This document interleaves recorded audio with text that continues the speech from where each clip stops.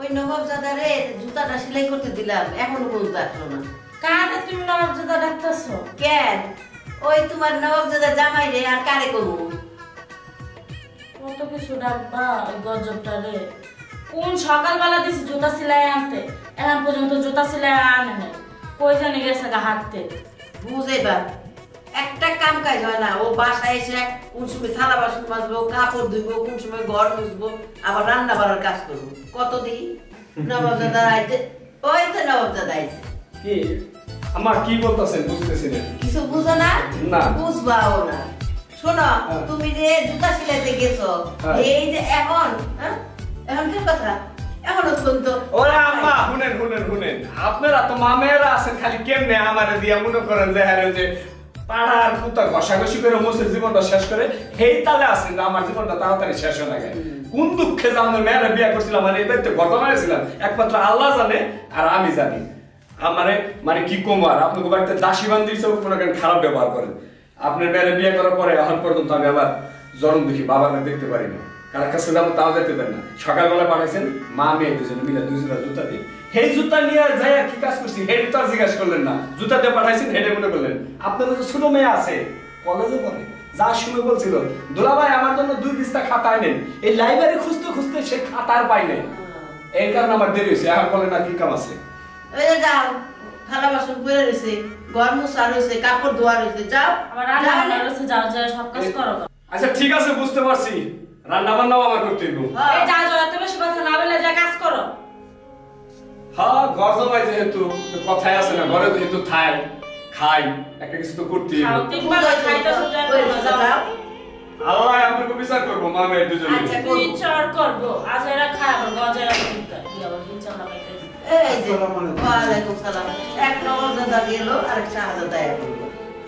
এই তুমি এনে কেন? সমস্যা তোমার এত বড় সাহস কি করে হয় তুমি আমার এই টাইলসের উপর পা রাখো? তোমার কি সেই উপযুক্ত আছে তোমার? উঠো তো। বিয়ান সাহেব এগুলা কি কইতেছেন? দেখেন যত হইলো আপনার বিয়াই আমি। আপ্যায়ন করো তোমার বিয়ে।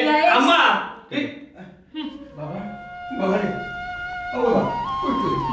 তুমি মেলা দিন দেখি না বাবা, তুই কেমন আছিস? তুমি এই নরকে আইছো কে বাবা? তোমার না কইছি তুমি মনে করবা তোমার সন্তান মরে গেছে গা, তোমার সন্তান এই নরকে জেলে করে শেষ হয়ে গেছে গা। তুমি কেন জায়গায় আইছো বাবা? এই জায়গা থেকে যাওয়ার পরে তুমিও শান্তিতে ঘুমাইতে পারবে না। আমি এই জায়গায় খুব ভালো আছি বাবা, কেন তুমি এই জায়গায় আইছো আমার দেখার জন্য? মানুষ না বাবা, মানুষ না। বাবা তোর মুখখানা দেখলে আমি বুঝতে পারি, আরে আমি তো বাবা, ভালো নেই বাবা, তুই ভালো নেই বাবা। তুমি কখনো এদের কথা ভালো নিতে পারবে না, তাই বলে তুমি এখান থেকে চলে যাও। আমি আমি তোমার কাছে ঠিকই চলে আসবো। তোমার নেকা কান্দামি শুরু হলে এবার যাও যাও কাজ করো। আর আপনি জানতো এখন আমি দাঁড়ায় রইছে। নাটক করতেছে, নাটক না বেঞ্চার এক নজর খালি আমার ছেলেটাকে দেখতে এসে দেখছেন? হ্যাঁ বাইরে যান বাইরে। বাবা রে, কালকে তোর মায়ের স্বপ্ন দেখছিল, তোর জন্য অনেক কান্নাকাটি করছে তোর মায়। যদি একবার পারিস তোর মার কবরটা একবার জিয়ারত করে আসিস বাবা, জিয়ারত করে আসিস। নাটক শেষ হয়েছে? আমি কেন বাইরে বাইরে। আর তুমি কি কাজ করতে যাও? দাঁড়ায় রইছে। বাপে নাটক বাজ, তার পুরো আর নাটক বাজ। যাও এই যাও, দাঁড়ায় রইছে। সারা যাও। কও তো এখন কি করি? কি আর করবি? কপাল বুঝছস, এটা না আমার কপাল, ফাটা কপাল। আমার ভাল লাগে না কিছু। কি হইলো হঠাৎ করে চালু হইতেছে না কেন বুঝতেছি না।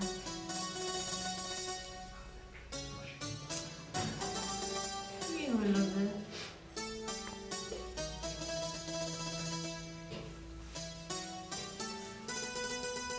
এ শালিকা কি বিষয়? আস্তে আস্তে আপনি শুনে রাগ করবে। আর তোমার আপু শুনে রাগ করবি, হ্যাঁ তো সবসময় আমার আগুন দা জাল দিতেই থাকে আর মূর্ছাতেই থাকে। আমার আর মূর্ছা নিয়ে ভাঙ্গার কিছু আসছে, আর কি হয়েছে এটা বল। আরে দুলাভাই দেখেন না, এটা অন হইতেছে না ল্যাপটপটা আমি অন করে দিতে আসি। দেখেন তোমার বোন আর তোমার মা তো মনে করে আমি একটা অশিক্ষিত গণ্ডমূর্খ। আমি অশিক্ষিত না, গণ্ডমূর্খ না, বাপ দূরে থাকি, বুঝছো? এই সমস্ত ল্যাপটপ আমি ঠিক হবে হবে অন করে দিতে আসি। এই ছোট এটা দাম কত তুই জানো? হ্যাঁ, এটা তোর কোন সাহস? হ্যাঁ, তোর এত বড় সাহস? এই তুই আর মানুষ পাস নাই? আরে মা তুমি চুপ থাকো তো, না বুঝা তো ঠাস করে একটা কথা বলতাছো। আগে দেখবা তো কি হইছে। কি হইছে এটা ওয়ান হইতাছে না। আমার মানে ভাই আমাকে বলতে দাও তো। দাঁড়াও, আমি কাজকর্ম সব শেষ করে এনে এই জায়গায় ওর কাছে আছি। আপনি এমন করতেছেন, বুঝতেছেন? আমি তো কাজের কোনো ব্যাঘাত ঘটাই নেই। তো কাজের ব্যাঘাত ঘটাস নাই, তুই এত দামি জিনিসটা ধরছিস কেন? হ্যাঁ, এটা ধরনের তোর কত বড় সাহস? হ্যাঁ, এটা তোর বুঝছস? আরে মা তুমি চুপ থাকো তো, বেশি কথা বলো সব সময়। আপনি খামক এই জিনিসটা নিয়ে করতেছেন। আরে দুলাভাই আমাকে বলতে দিবেন আপনি, নাকি একদম চুপ করে থাকবেন? চুপ কর, বলার দরকার নাই, বললে তো সব শেষ হয়ে যাবে। আমার আসলে ঘটনা হলো কি, ওই ল্যাপটপটা ও চালাচ্ছিল, মানে আমি এসে জাস্ট দেখলাম এই জিনিসটা কি। এরকম বাক্স তো কখনো দেখি নাই, আর এই বাক্সের মধ্যে কি আছে না আছে এ বুঝি নাই। এর কারণে জিজ্ঞাসা যে বাক্সের ভিতরে কি মানুষ টানুষ থাকে না, এই বাক্সের ভিতরে কোনো জুতো মুতো থাকে, এই আর কি। ও এটা বুঝছো? হ্যাঁ, এই তো, তাছাড়া তার কিছু না। দুলাভাই একটু চুপ থাকেন, আমাকে কিছু কথা বলতে দেন তো, একটু চুপ থাকবেন আপনি। মা দেখো, দুলাভাই মিথ্যা কথা বলতেছে। আমার ল্যাপটপটা একটু প্রবলেম হয়েছে, ঠিক আছে? তো আমি ঠিক করতে পারতেছি না, আমি একটা শিক্ষিত মানুষ, এটা ঠিক করতে পারতেছি না। তারপর ভাইয়া আসছে, ভাইয়ারে আমি বলছি যে ভাইয়া দেখেন তো আমার এটা কি হয়েছে, পরে ভাইয়া ঠিক করে দিচ্ছে। না পেতে চিল্লাচিল্লি করতেছো কেন? কি এর ভাইয়া ঠিক করে দিছে? এই এটা তুমি শুধু ভাইয়ের সাথে রাগারাগি করতেছো। তুমি আগে বুঝবা তো কেন এখানে আসছে ভাইয়া। আমার ল্যাপটপে প্রবলেম হয়েছে, তার জন্য ভাইয়ারে আমি বলছি যে ভাইয়া আমার ল্যাপটপটা দেখেন তো কি হয়েছে। তারপর ভাইয়া ল্যাপটপটা ঠিক করে দিয়েছে। আমি এটা শিক্ষিত মেয়ে হয়ে আমি এটা প্রবলেমটা ঠিক করতে পারি না, ভাইয়া ঠিক করে দিয়েছে। তুমি কেন বুঝতেছো না? ও ভাইয়া ঠিক করে দিছে, তোর গায়ের উপর দিয়ে যে আরে মা তুমি চুপ থাকো তো। দাঁড়ান, আমি অনেক সহ্য করছি আপনার মেয়ের অপমান। আমি আপনার মেয়েকে বিয়ে করেছিলাম বলে এইবারে বর, আপনার মেয়ের বর, আমি এইবারে ঘর জামাই, অথচ প্রতিনিয়ত আমাকে অপমান করে গেছে। আজকে আপনার ছোট মেয়ের সামনে আমার গায়ে হাত তুলছে, তাতে কোনো অপরাধ না। আপনি আমার মার মতো গায়ে হাত তুলতে পারেন, কিন্তু আপনি যে কাজটা করলেন এটা আমি আপনার কাছ থেকে আশা করি। আমি চলে যাচ্ছি এই বাড়ি থেকে। আপনার মেয়ে, আপনি এই বাড়িতে থাকেন, তবে একদিন প্রস্তাবেন আমার কাছে যাবেন, হয়তো বা সেদিন অনেক দেরি হয়ে যাবে। আচ্ছা যা। মা তুমি শুধু দুলাভাইয়ের সাথে রাগারাগি করলে, এগুলো ঠিক না মা। ঠিক আছে, উনি তো মানুষ। তোরে কি জাদু করছে? কেন জাদু করবে মা? উনি আমার ভাইয়ার মতো, তুমি বুঝলো না কেন? ভাইয়ার মতো? ভাইয়া তো আর না। না ভাইয়া তো না মা, তুমি এটা এভাবে করলে না। উনি একটা মানুষ, ঠিক আছে মা? এগুলো মানুষের সাথে অন্যায়। চুপ, সাপোর্ট কর। যা বসে নে, বস, দেখো দেখি অন্যায় করতেছো মা, একটা মানুষের প্রতি এরকম ঠিক না, ঠিক আছে আম্মু? কোনো কথা বলবি না। হ্যাঁ যাও, তুমি কাজ করতেছি, যাও যাও তো, আম্মু ডিস্টার্ব করো না, যাও। আরে বাবা, কেমন আছিস? তুই কেমন আছিস বাজান? আরে ভাইয়া তুমি কেমন আছো ভাইয়া? জি ভালো। তুই ভালো আছিস? হ্যাঁ, কতদিন পর তুমি আসলা ভাইয়া। মন খারাপ করে না, চাকরি করলে শুধু থাকতেই হয়।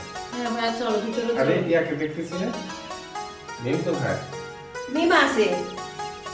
মিম, আই মিম। হ্যাঁ বাবা। ভাইয়া তুমি কেমন জি আছো? ভালো। ভালো আছিস? হ্যাঁ ভালো আছি।